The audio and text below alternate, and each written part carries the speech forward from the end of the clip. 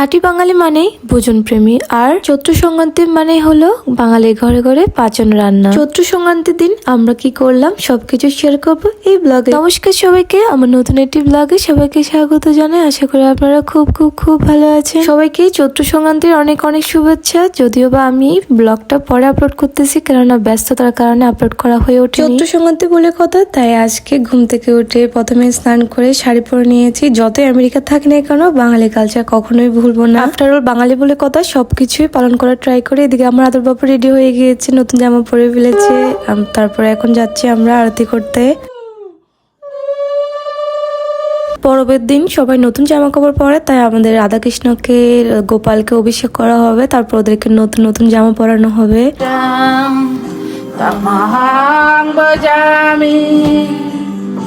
গোবিন্দ আদি পুরুষ তমাং ভজামি।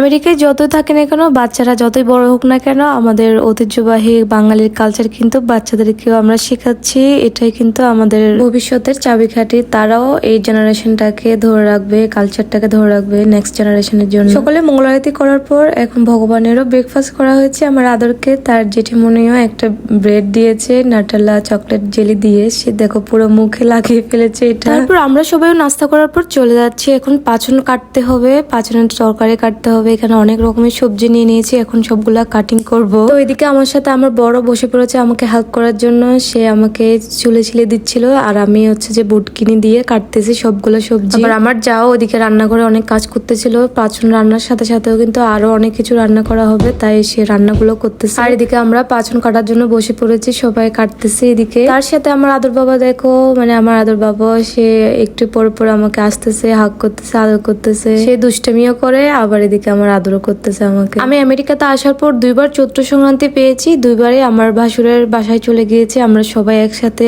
আমাদের চৈত্র সংক্রান্তি পালন করেছি, প্লাস পয়লা বৈশাখও পালন করলাম। পয়লা বৈশাখের দিন আবার আমার কিউটি, আমার ভাসুর জিরো আর বার্থডে, তো আমরা সব মিলে আমি 3-4 দিনের জন্য চলে গিয়েছি ওদের বাসায়। অনেক এনজয় করেছি সবাই। দেখো আমরা শাড়ি পরেছি, একদম মনে হচ্ছে আমরা বাংলাদেশে আছি। বাংলাদেশের কালচার আমরা এখানে আমেরিকাতে তুলে ধরার অনেক চেষ্টা করি। অবশ্যই আমরা পরিবারকে অনেক মিস করি, কিন্তু কি করব, এখানে আমাদের প্রবাস জীবনে নিজেদের মধ্যেই আমরা বাঙালি কালচার গুলাকে, অনুষ্ঠানগুলোকে পালন করে ফ্যামিলিকে অনেক মিস কম করি। এবার পয়লা বৈশাখে আমরা জাগ পোড়া থেকে শুরু করে পাচন রান্না তো আছে, মানে কোনো বাঙালি কালচার গুলোকে মিস না করার জন্য সবকিছু পালন করেছি। আমার অ্যাকচুয়ালি ব্লগ বানাতে, আমার ভিডিও করতে অনেক বেশি ভালো লাগে, কেননা আমি এই সব মেমোরিজ গুলাকে আমি ফ্রেমে বন্দি করে রাখতে পারি, যেটা আমি পরে দেখতে পাই। আমার ভিউয়ার্সরাও অনেক লাইক করে আমার ব্লগ গুলা, ভিডিও গুলা। তো আমি জাস্ট আমার নর্মাল লাইফে সবকিছুই শেয়ার করি সবার সাথে। দেশে না থেকেও আমরা সবকিছুই পালন করার চেষ্টা করি আমেরিকাতে।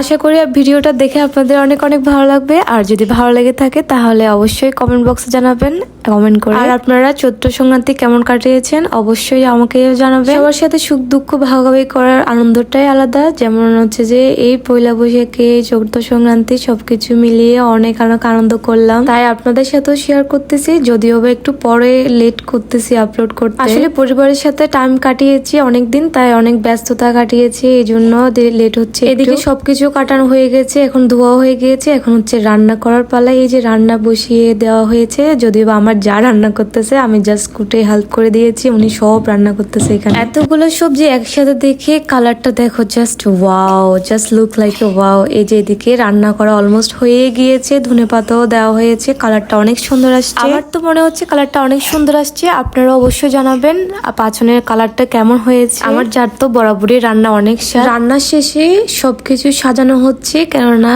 ভোগে লাগানো হবে। পাঁচজনের সাথে এদিকে পকোড়া বানানো হয়েছে, বেগুনি, তা প্লাস হচ্ছে চিলি পনির, পায়েস, টক, ডাল, সালাদ, আরো অনেক কিছু। আমার যা রান্না করেছে আমি জাস্ট থালাটা সাজিয়ে দিয়েছি, এখন ভোগে লাগানো হচ্ছে। কোনো তরকারি যদি ভোগে লাগানো হয় সেটার স্বাদ আরো বেশি দ্বিগুণ হয়ে যায়, তো আরো আই থিঙ্ক আরো বেশি স্বাদ লাগবে। তো আমরা খাওয়া দাওয়া করে নিয়েছি, এদিকে দেখতেছি বাচ্চারা ফেরিতে এসে ওরা খেলতেছে। আমার আদর তার ভাই বোনদেরকে পেলে আর কিছুই লাগে না, আমাকে তো খুঁজেই না। সে এখন তার ভাই দাদার সাথে, ছোট দাদার সাথে এখন এখানে ফেরিতে খেলতেছে বল নিয়ে। আর আজকের বাইরের ওয়েদারটাও খুব সুন্দর, তাই আমার আদরও অনেক খুশি। বাইরে সে আলো দেখতেছে, অনেক খুশি লাগতেছে। রোদ দেখলে সে অনেক খুশি হয়ে যায়, কেননা সে বাইরে বেড়াতে পারবে, বাইরে ঘুরতে পারবে, সেজন্য অনেক খুশি হয়। তারপর সন্ধ্যায় আমরা জাগ পোড়াতে চলে আসলাম। এই যে বললাম আমরা জাগও পড়িয়েছি, এই যে জাগ পোড়াচ্ছি আমরা সবাই মিলে এখানে।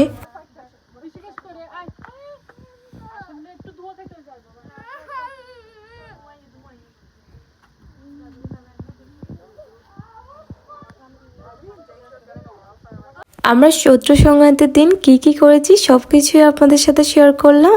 আর আপনারা কেমন কাটিয়েছেন অবশ্যই কিন্তু জানাবেন আমাকেও কমেন্ট বক্সে। আজকের ভিডিওটা এ পর্যন্তই। আপনাদের যদি ভিডিওটা ভালো লেগে থাকে তাহলে আমার পেজে একটা সাবস্ক্রাইব করবেন, লাইক কমেন্ট করবেন, তাহলে আমি অনেক খুশি হব। বাই বাই, টাটা, সবাই ভালো থাকবেন। আশা করি আপনারাও খুব ভালো আছেন, ভালো থাকবেন। Tata, bye bye.